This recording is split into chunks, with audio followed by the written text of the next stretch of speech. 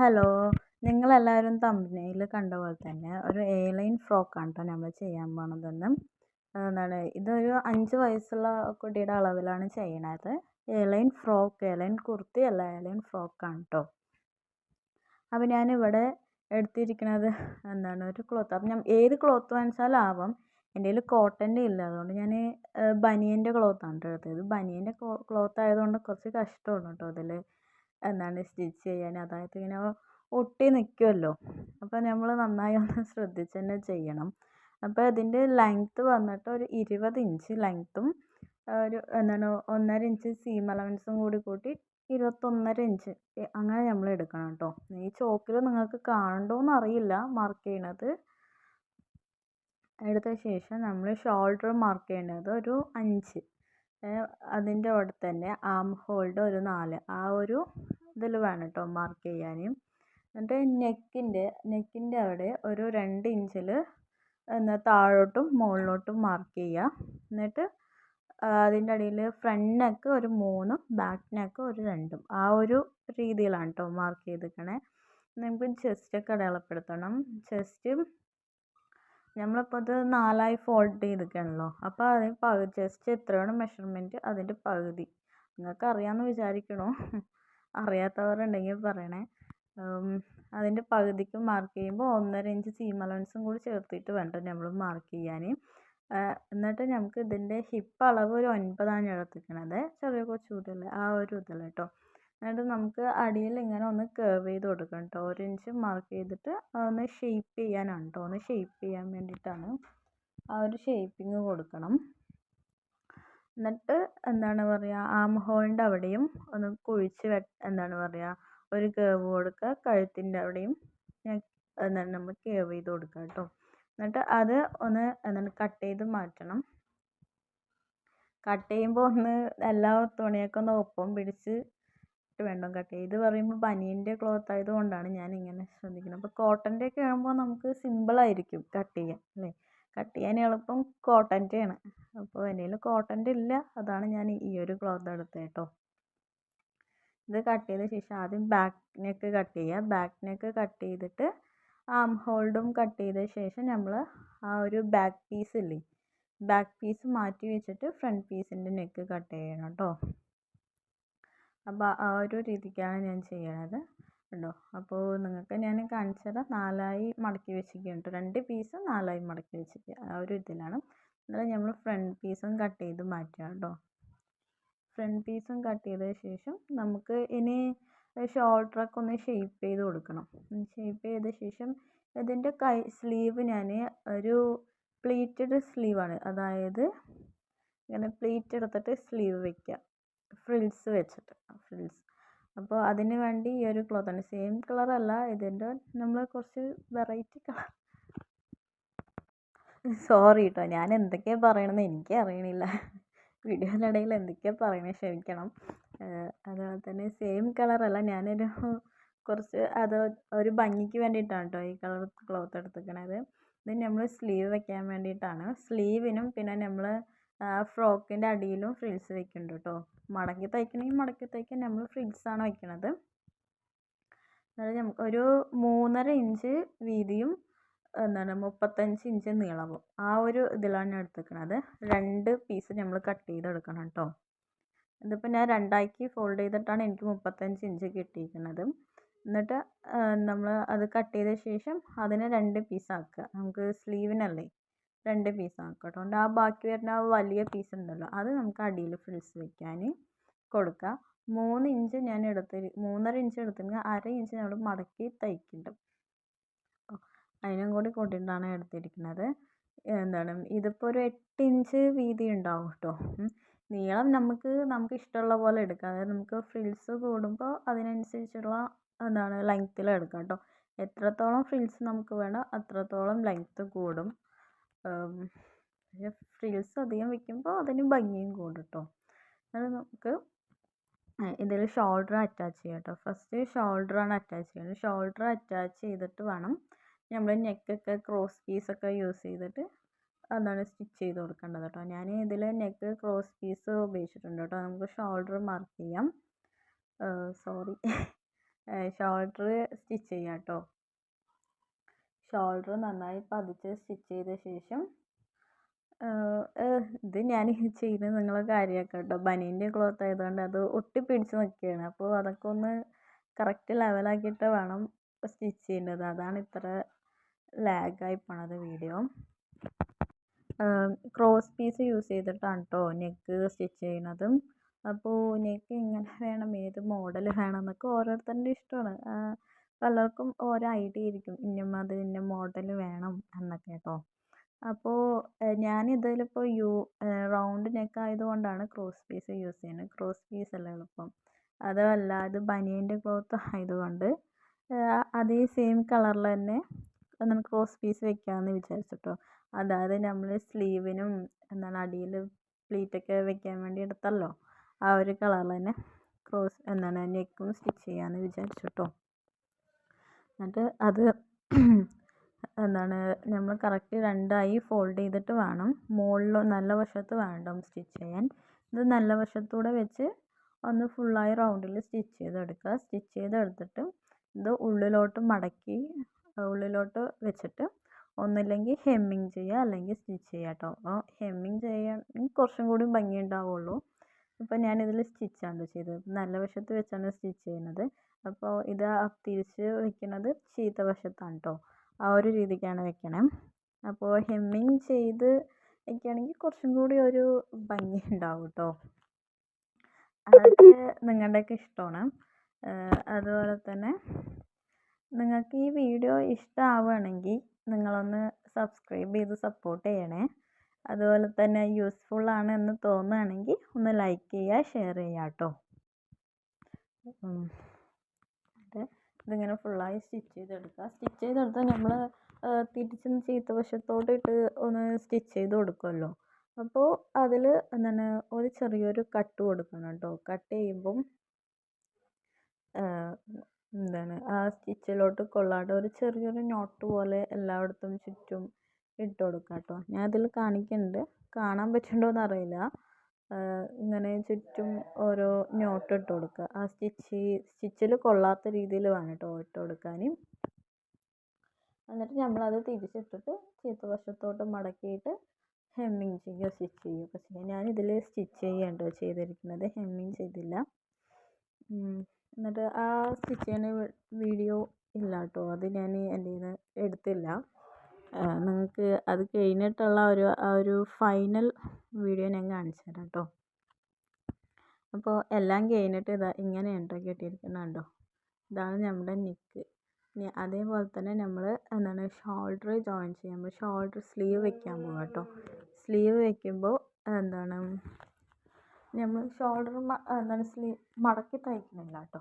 മടക്കി തയ്ക്കാണ്ട് അവിടെ പ്ലീറ്റ് ഇട്ടാണ് സ്ലീവ് വെക്കുന്നത്.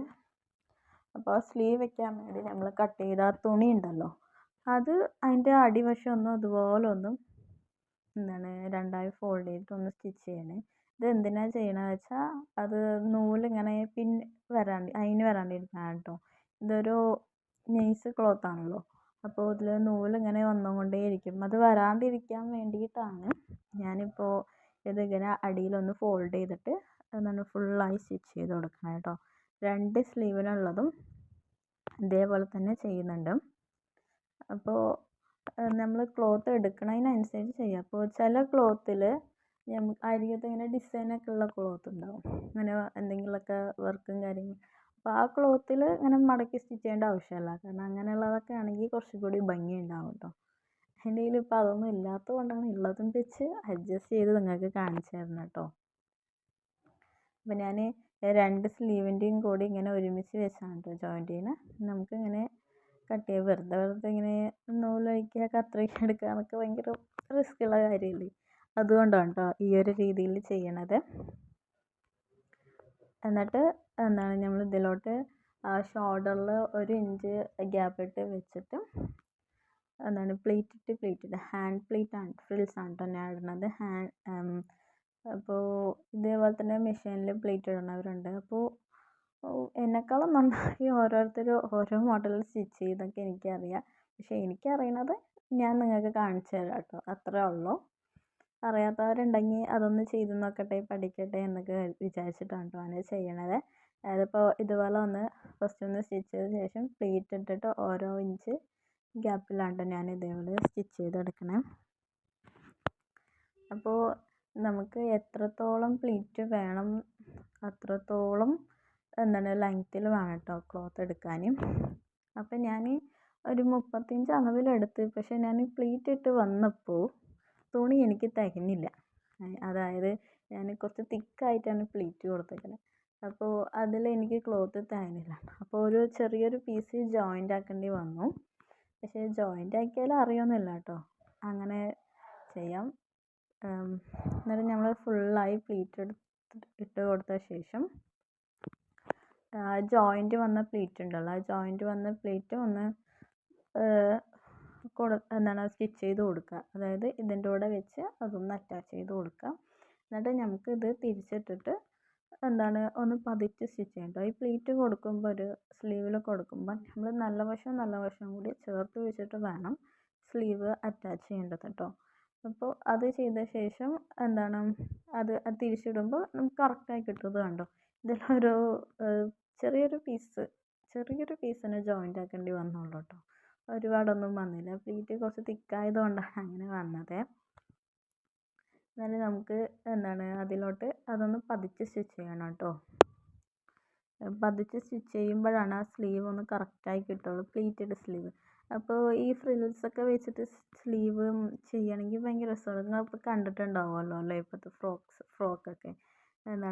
ഇപ്പോൾ നമ്മളിപ്പോൾ ചെയ്യണത് ഇവിടെ A-ലൈൻ ഫ്രോക്കാണ്. അപ്പോൾ ഞാൻ A-ലൈൻ ഫ്രോക്കിലാണ് പ്ലീറ്റ് കൊടുത്തത്. സിമ്പിളായി ഒറ്റ കട്ടിൽ തന്നെ സ്റ്റിച്ച് ചെയ്തെടുക്കുക.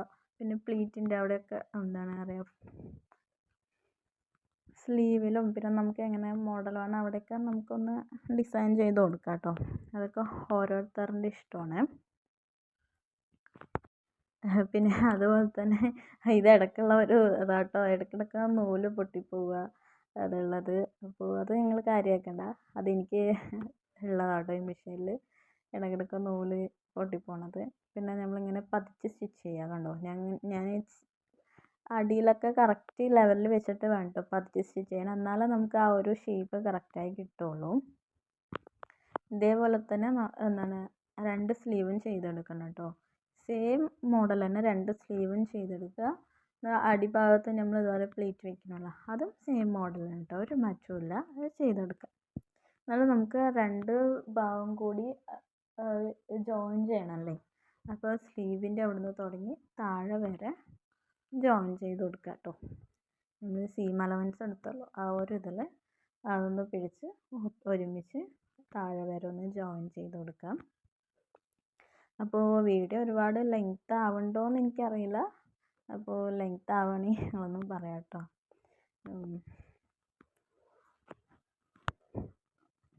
ചെയ്ത് കൊടുക്കുക. എന്നിട്ട് നമുക്ക് ഇതിൽ താഴെ ഞാൻ ഫ്രിൽസൊക്കെ കൊടുക്കുന്നുണ്ട് എന്നൊക്കെ പറഞ്ഞില്ലേ, അപ്പോൾ അതും കറക്റ്റ് നീറ്റായി ചെയ്യാം കേട്ടോ. ഞാനിപ്പോൾ എൻ്റെ ചാനൽ കാണുന്നവർക്കാണെങ്കിൽ മനസ്സിലാവും, ഞാനിടുന്ന വീഡിയോസൊക്കെ അധികവും കുട്ടികളുടെ ഡ്രസ്സ് തയ്ക്കണതാണ് കേട്ടോ. അപ്പോൾ അതുപോലെ തന്നെ നിങ്ങൾക്ക് വേറെ വലിയവരുടെ ഡ്രസ്സൊക്കെ തയ്ക്കണം, ആ ഒരു വീഡിയോസൊക്കെ വേണമെന്നുണ്ടെങ്കിൽ നിങ്ങൾ കമൻറ്റ് ചെയ്യാം കേട്ടോ. അപ്പോൾ നിങ്ങൾ ഓരോരുത്തരുടെയും സപ്പോർട്ടാണ് എനിക്ക് വീണ്ടും വീഡിയോസ് ഇടണമെന്ന് തോന്നുന്നത്. അപ്പോൾ മാക്സിമം നിങ്ങൾ സപ്പോർട്ട് ചെയ്യാം കേട്ടോ. ഇത് കണ്ടോ, ഞാൻ പറഞ്ഞില്ല എൻ്റെ മെഷീനിൽ എപ്പോഴുള്ള പണിയാണ് കേട്ടോ ഈ ഒരു നൂല് പൊട്ടുക എന്നുള്ളത്. ഭ്രാന്താവും ഈ നൂല് പൊട്ടണ കാണാൻ. അതുകൊണ്ട് എനിക്ക് സ്റ്റിച്ച് ചെയ്യാൻ ഭയങ്കര ഇഷ്ടമാണ് കേട്ടോ. പക്ഷേ സ്റ്റിച്ചിങ് എന്നുള്ളത് ഒരു പാഷനാണ്, അത് ഓരോരുത്തരുടെ ഇഷ്ടമല്ലേ. പക്ഷേ എനിക്ക് സ്റ്റിച്ച് ചെയ്യാൻ ഇഷ്ടമാണ്, പക്ഷേ ഈ നൂല് പൊട്ടണതാണ് ഭ്രാന്താവുക. അതാണ് ഏറ്റവും ഇഷ്ടമല്ലാത്തൊരു കാര്യം കേട്ടോ.